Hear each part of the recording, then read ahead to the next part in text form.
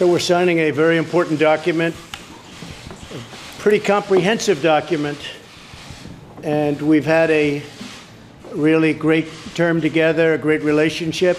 This week was a significant moment for our engagement in the Korean Peninsula. For the first time, a sitting United States president met with a leader of North Korea. At the Singapore summit, President Trump and Kim Jong-un committed to continue negotiations and reaffirm promises that North Korea has made in the past. However, we also heard the president question the long-term commitment of our troop presence in South Korea and accept the North Korean rationale on ending joint military exercises that have increased regional safety and cooperation. We all share the goal of a permanent, verifiable denuclearization of the Korean Peninsula, but the hard work lies ahead. Many obstacles remain between Tuesday's handshake and a comprehensive, verifiable agreement between our two countries. Reaching an agreement will require months or even years of hard negotiations and considerable consultation with our regional allies, particularly South Korea and Japan. Our next ambassador to South Korea can play a role in these negotiations. These efforts will require an individual with experience in the region, an understanding of our military forces serving on the Korean Peninsula, and the diplomatic skills and temperament necessary to negotiate with a regime that has repeatedly failed to live up to its commitments.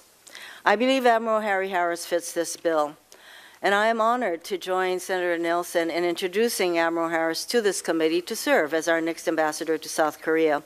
After graduating from the U.S. Naval Academy in 1978, Admiral Harris served as a decorated naval flight officer. He went on to hold a variety of leadership roles throughout the Navy, including as the Secretary of State's military attaché during the Obama administration.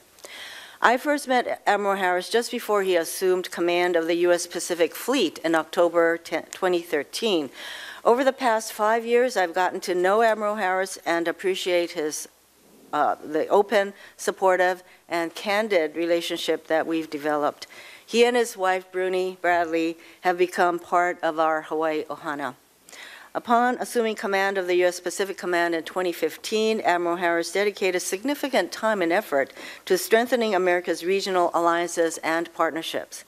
During visits to 22 of the 36 countries in the Indo-Pacific region, Admiral Harris met with civilian and military leaders and frequently attended joint exercises with our defense allies and partners. His work to improve military-to-military relationships often led to stronger government-to-government relationships throughout the Indo-Pacific region. In his time as Pacific Fleet Commander and PACOM Commander, Admiral Harris developed close relationships with South Korean leaders, including current President Moon Jae-in.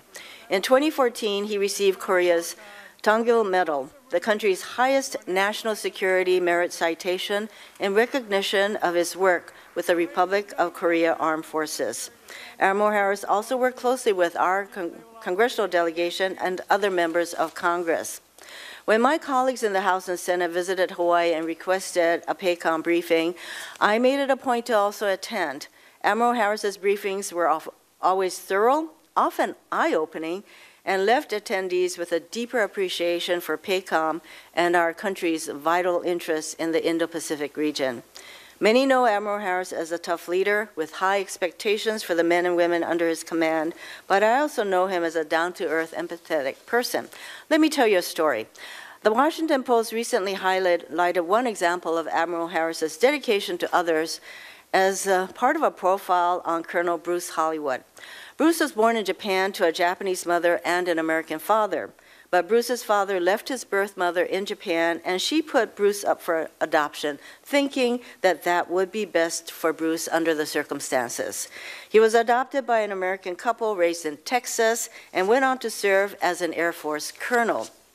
After he nearly died of a heart attack in 2005, Bruce set out to find his birth mother and thank her for giving him the chance to have what he called a wonderful life. Bruce contacted the Japanese embassy in the United States, the U.S. embassy in Tokyo, and even hired a private detective, all to no avail. He had given up his search for his mother when, by chance, he met then Rear Admiral Harris at an airport and shared his story.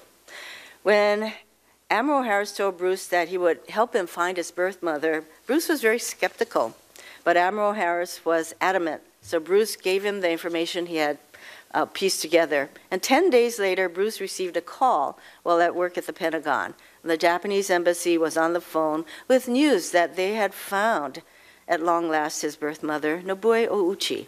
Thanks to Admiral Harris's assistance, Bruce reunited with his mother, and they were in contact for 3 years before she passed away in 2009.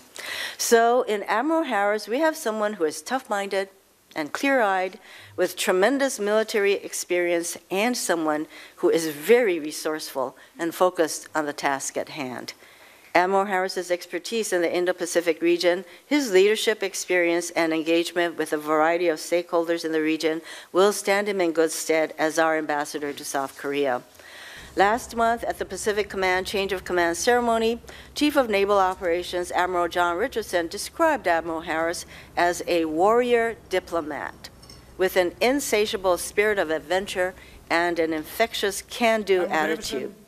Secretary of Defense Jim Mattis, who said earlier this year that diplomacy must be our first approach to de-escalating tensions on the Korean Peninsula, praised Admiral Harris's experience and expressed his confidence in Admiral Harris in his new role at the same Change of Command ceremony.